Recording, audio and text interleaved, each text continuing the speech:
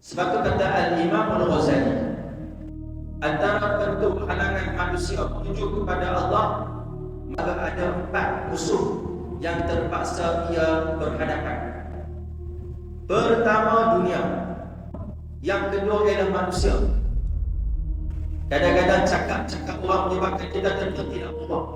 Musuh yang ketiga ialah syaitan, yang sentiasa membuat rancangan untuk melalaikan dan menyingkirkan manusia daripada matlamat kehidupan yang asal.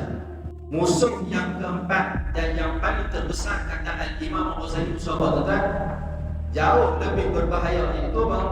Hawa nafsu. Kadang-kadang di dunia dia boleh lepas, kadang-kadang dengan manusia pun dia boleh lepas, kadang-kadang dengan syaitan pun boleh lepas. Nafsu tu tak dapat. Nafsu ni tak dapat. Sebab tu nak kena didik dengan apa? Ilmu tasawuf.